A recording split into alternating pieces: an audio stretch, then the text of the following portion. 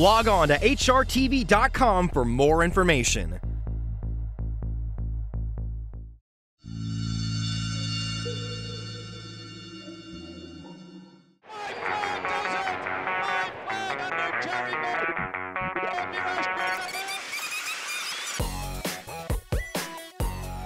This is HRTV Rewind, taking a look back at the racing week.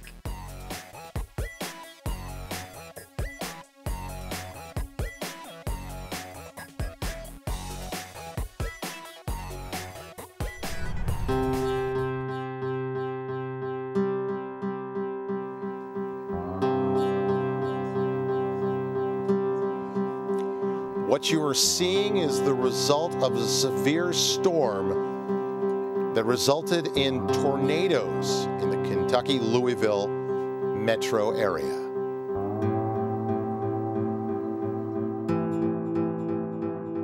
Good morning and welcome to a special edition of Race Day America. No racing today at Churchill Downs. Thankfully, though, no one was injured. Joined by Joanne Jones. Anytime tornadoes are mentioned, it can be devastating, but thankfully, no human life has been injured or lost. Yeah, that is the best part of it, but there were 9 barns, we understand, that were partially or fully damaged, 100 backstretch workers that we know of displaced from their homes on the backstretch. Well, to get more on this, we quickly go to the Senior Director of Communications and Media Services, Darren Rogers, joining us by way of the phone. Sir, welcome to Race Day. For those of you that are familiar with Churchill Downs, the storm clouds kind of formed where the mile chute is at the top of the stretch over on the west side, and started to move from west to east, and you could actually see the funnel cloud form and drop down, kind of bounce up and down that mile chute, and it worked its way down almost along Longfield Avenue and hit some of the barns. I can see that you're showing a map up there right now, and affected barns 40, kind of skipped over 39, then hit 26. Barn 40, of course, is Jinx Fire's barn, who has been stabling horses here at Churchill Downs since 1961. He's never seen anything like this here at the Downs, and we are just blessed and thankful that amazingly there is not one single injury to a human or a horse.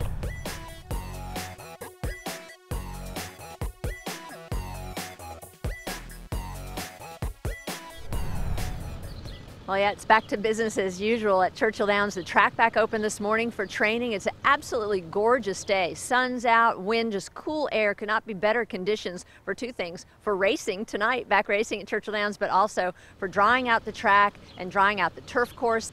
Being we had so much airborne things, luckily most of it went away from the track.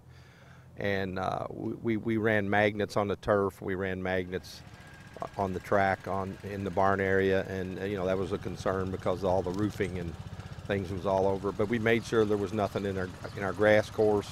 We wouldn't open it up if it wasn't safe. So that'd be first thing. I'd rather for them be mad at me because it's closed, but that just shows you the confidence that they have in what we do here, and I'm proud of that. The backside, the barn area, just absolutely decimated. And walking around yesterday afternoon, I got to catch up sort of as everybody kind of caught their breath with getting the horses all settled in from the barns that were displaced, and especially the Steve Margolis barn. Oh, you could see like one part of it, the barn was completely fine, but the other side was, like you said, it looked like you don't know what to expect. And luckily the barn didn't collapse on top of them. It just kind of folded over. One of Steve Margolis' horses, Bouquet Booth, little filly, was third in the Regret. She ran in the Oak. She's a stakes winner. She was in the stall that literally the roof collapsed into. The top of the roof kind of buckled down and was almost shutting her in her stall. Fortunately, there was enough of a gap for her to get out. So her and a couple of the other horses were the last ones to get out yesterday. Yeah, my people and other people have been really helping all day, and Sally Vans and Churchill, we shipped 11 over to Keeneland and a few more to the Spectrum and a few in some other barns, and it's you know, it got done. We're going to Keeneland. You know, I'm one of the lucky ones as far as that goes. I've got spots there.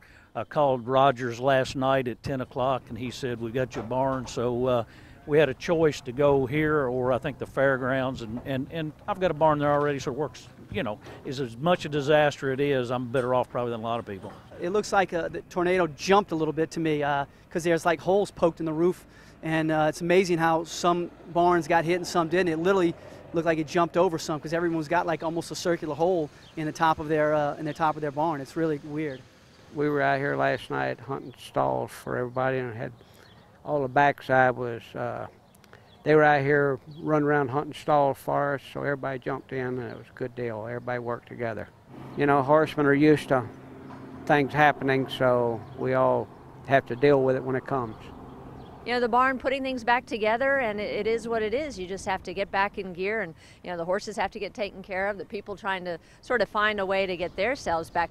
Churchill Downs is actually taking care of that by donating money to the backstretch workers that were displaced, and going to be getting donations for clothes for them, mattresses. They also, Churchill Downs, provided the trainers who had been displaced with these pods at the barn where they could store all their extra equipment so that they don't have to store it in the tack rooms of the barn, because they need those rooms for the grooms to stay in. So it's just been a lot of help on the backside, a lot of help from Churchill Downs getting these trainers kind of back on track, so to speak. You have a tornado hit and you see the damage to the facilities, the first thing you start to do is think about the people, think about the horses.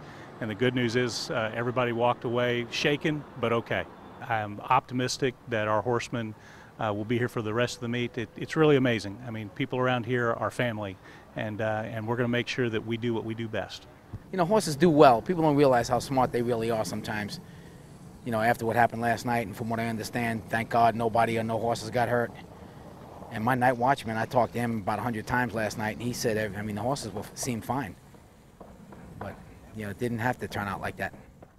Horses are good. That was the main thing. It's just still unbelievable to look around the backside and look at these barns and just believe that not a scratch on a single horse. And I'm just happy that nobody's been hurt and that we are back and ready to run. 5-Star Mama now has to see off the attentions of Flashy Lassie. Flashy Lassie to the outside. Eyeballs 5-Star Mama. Flashy Lassie to win the debutante for Kent de Sormo. 5-Star Mama in second. They were a country mile clear of the third. Queen Teuta, tight four. My Due Process to the inside of Tippy Toe. When Chilookie arrived in trainer Bob Baffert's barn as a 2-year-old in 1999, she had some big shoes to fill. Her arrival came on the heels of Baffert-trained Silver Bullet Day, winning the previous year's Breeders' Cup Juvenile Fillies, which in turn earned her the divisional title. Chilookie, a daughter of 1994 Breeders' Cup Sprint winner Cherokee Run, was quick to return dividends to owner Bob and Janice McNair, who spent $875,000 at a Fasig-Tipton 2-year-old in training sale to acquire the filly. She displayed brilliance from the get-go, winning her first 6 starts, including breathtaking victories in Churchill Downs Grade 3 debutante and the Grade 1 Oak Leaf at Santa Anita's Oak Tree Meet. That season, she set track records and racked up Buyer's speed figures in the triple digits. Given her record of perfection, it wasn't surprising that Chilookie was sent postward as the favorite for the Breeders' Cup Juvenile Fillies at Gulfstream Park that year. With David Flores on her back, Chilookie appeared poised to blow by long shot Cash Run around the front. Chilookie, who takes the lead. Cash Run with unwavering determination turns back Chilookie. Although history suggested the measuring stick for determining 2-year-old divisional champions was closely tied to Breeders' Cup victories, Chilookie still secured her championship and gave Baffert back-to-back titles with a juvenile filly. During her 3-year-old campaign, Chilookie's most significant victory came at the track where she won her first 3 career starts, Churchill Downs. She was a determined winner of the Churchill Downs Distaff with Gary Stevens in the saddle and established a track record that still stands. The Distaff has been renamed the Chilookie and is run on Breeders' Cup Championship weekend.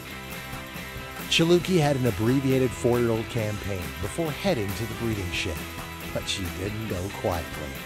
Stevens guided her to a front-running score in the Grade 2 El Encino over Breeders' Cup Distaff winners Spain. In their next matchup and Chaluki's final start, Spain got the better of her rival in the Grade 2 La And Cañada. it's Spain and Victor Espinosa on their way to take the La Cañadas. Her career as a broodmare was quiet relative to her success as a racehorse, and was sadly cut short when she died from complications while foaling a ghost sapper colt in 2007. At the time of her death, Baffert reflected on her tremendous ability and said Chaluki was like a family member. She was special from the beginning. You are having a great meet. How's it feeling to be at the top of the leaderboard with Julien Leparoux? Oh, it feels great, you know, to be riding well and here with this colony of riders.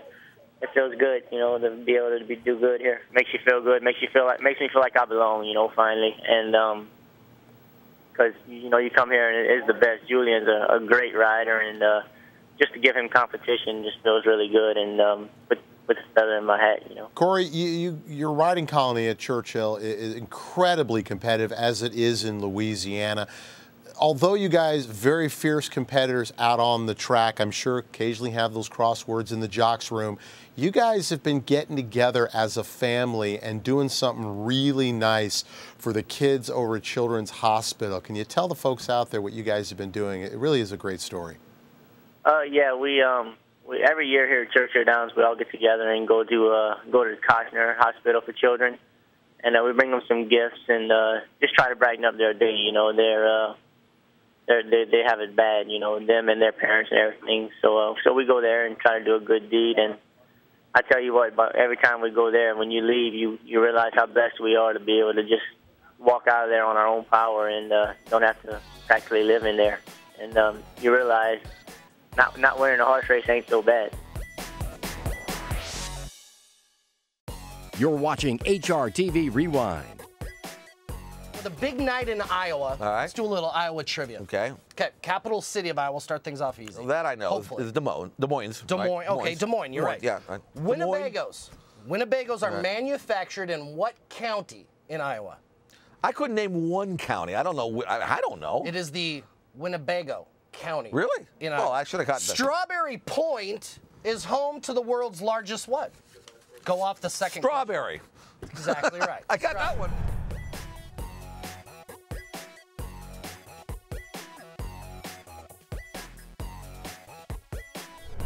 Do you see yourself as being a trip type, or is your hand forced with that post? Oh, I think it will be a trip type. You know, she showed a lot more speed in her last out than she had in her prior out. So she's not real quick from the gates a lot of time. She just happened to get away sharper last time and was in the race. Actually towing him around there pretty easily. So with that being said, there's quite a bit of speed in there, and I assume those two horses would hook up and we might be setting back off of. Beat the Blues out in the center. Tornado Betty is even further out. Smokey Bell dives to the inside. Final furlong. Beat the Blues to the outside of Ahantaka. They're right together. Tornado Betty is third. Beat the Blues on the outside now. Draws off in deep stretch. And Beat the Blues to open up the festival by winning the Saylorville.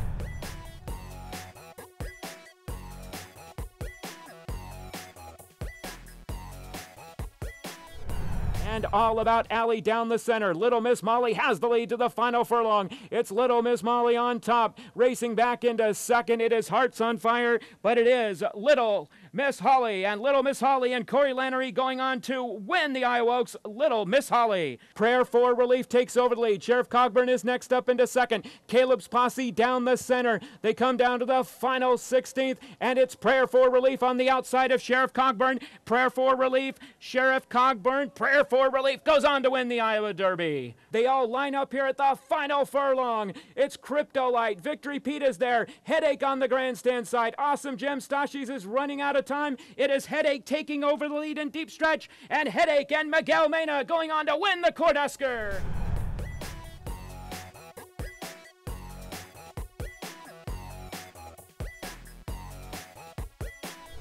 Part is our new retirement facility, taking the place of the old Thoroughbred Retirement Foundation. We are doing all the things I implore all racetracks to do. Condition book says, you know, horses that go to slaughterhouses can't have stalls. We're taking money out of accounts per horse. Tomorrow night is our big auction where we are trying to raise money for all the horses we have here that need homes and we readoption. It's online on Facebook, and bidding can start right now. We have some great items, and people can bid online on Facebook under Hart up until 10 o'clock tomorrow morning, and then there's a phone number to call for our auction tomorrow.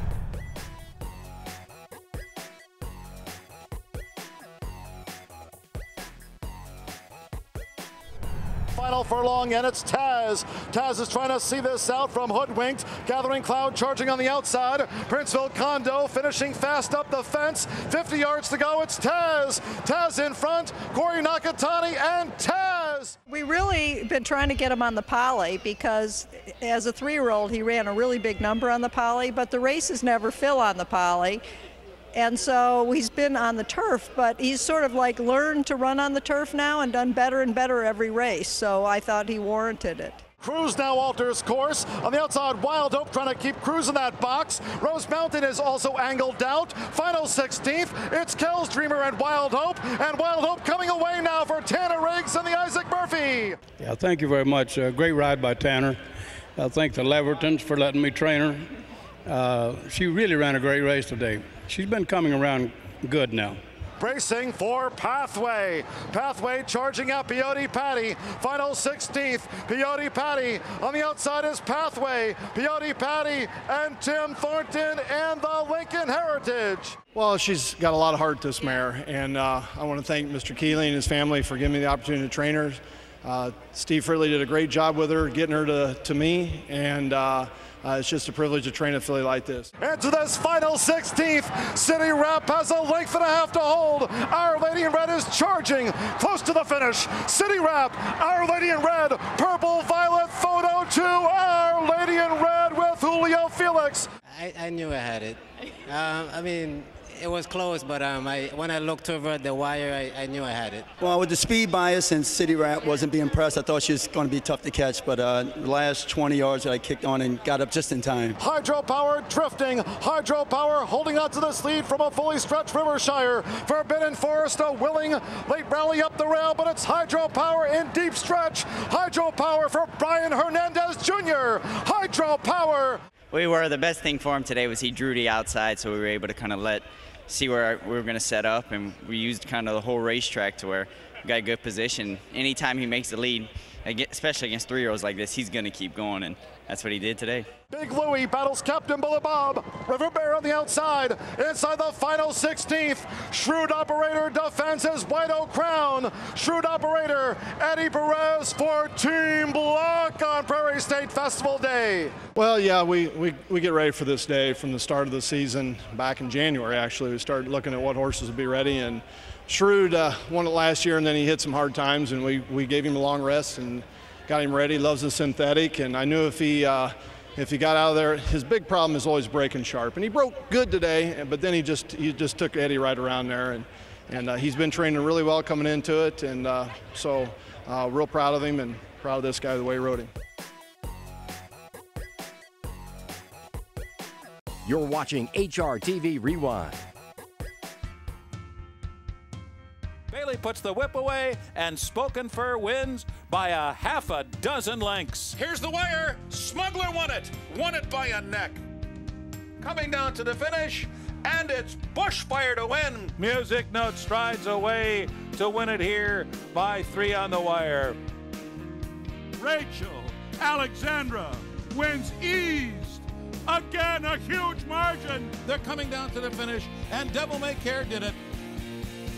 Stellar Jane by 3 conclusive lengths. Lakeway by 4. Octave was second to none today. Ruffian in front by 15. Ruffian in front.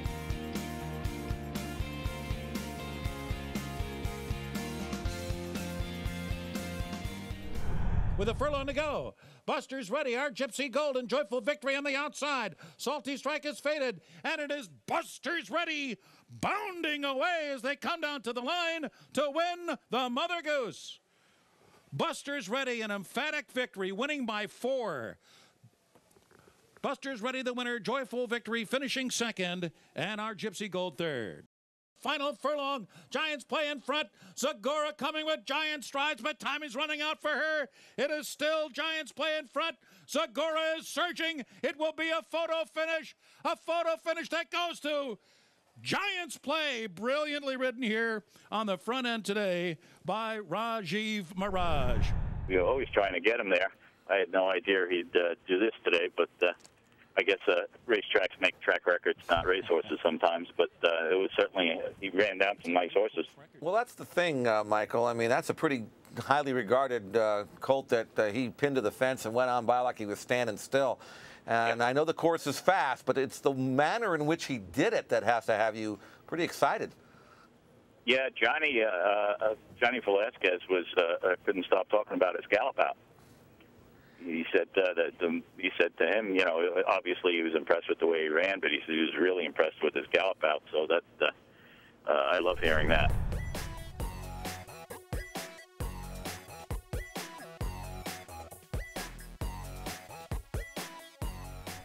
Day is under pressure now in second. In third is Clive Solis, racing now inside the last 200 yards. And Misty for Me, the Irish Guineas winner, is out clear of Midday in second as they run up towards the finish. It's Misty for Me who's going to make all and win in impressive style by 5 to 6 lengths. And now on the near side, Red Cadeau has hit the front from Zereshan, Admiral of the Red, and Address Unknown. Nebula Storm has dropped right out, but it's the solitary English challenger, Red Cadeau, who's out in front now as they race inside the last 200 yards, and Red Cadeau is storming home to win it by 8 lengths for Tom McLaughlin and Ed Dunlop. Racing now to the final furlong, Nassim C, Damn Beautiful Somersack, Experience now picking up on the outside, inside the last 150 yards now, Experience on the outside, on the stand side, Damn Beautiful, Nassim C, and running up to the finish, Experience and Wayne Lorton will win it. Being followed by Treasure Beach, Carlton House the outside, then Memphis, Tennessee. But it's Seville inside the last 200. Treasure Beach on the near side. Carlton House can't get to them. It's Seville, and on the near side, Treasure Beach. It's head-to-head, but it's Treasure Beach and Colm O'Donoghue who's going to give Aidan O'Brien and Ballydoyle his 9th. And it's Treasure Beach, Seville. They're racing now towards the final furlong. Lilburn Lad and Tough as Nails on the far side. They're inside the last 150 yards. And Lilburn Lad on the near side of Tough as Nails. There's nothing between them inside the last 50 yards. Lilburn Lad and Richard Hughes just ease on to beat. Racing inside the last 200 yards now. Hamish McGonigal, the leader. In Exile, Moving Time. Invincible Ash with a late run on the outside. And is running on very strongly. Running up towards the finish. Invincible Ash and Derry Carroll come up to grab. That's all for Rewind this week. Here's a look at what's coming up next week on HRTV.